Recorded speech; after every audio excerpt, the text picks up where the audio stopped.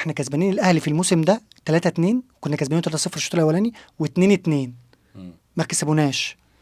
الكابتن حسام وهو مع المصري كان دايما قدام الاهلي بيعمل ماتشات تاريخيه. هقول لك ليه.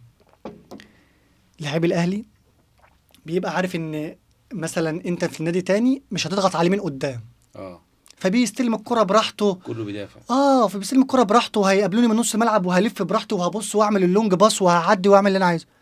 كابتن حسام بيقول لك ما فيش الكلام ده عندي، اضغط عليه من عند الجون. احنا التلات اجوان جايبينهم في تلت ساعة، 3 اجوان. كورة اتلعبت شريف اكرامي، حسام غالي بيستلم، لقى الديفندر في ظهره، قطع تك شاط في الجون. نفس الثلاث اجوان، نفس الموقف.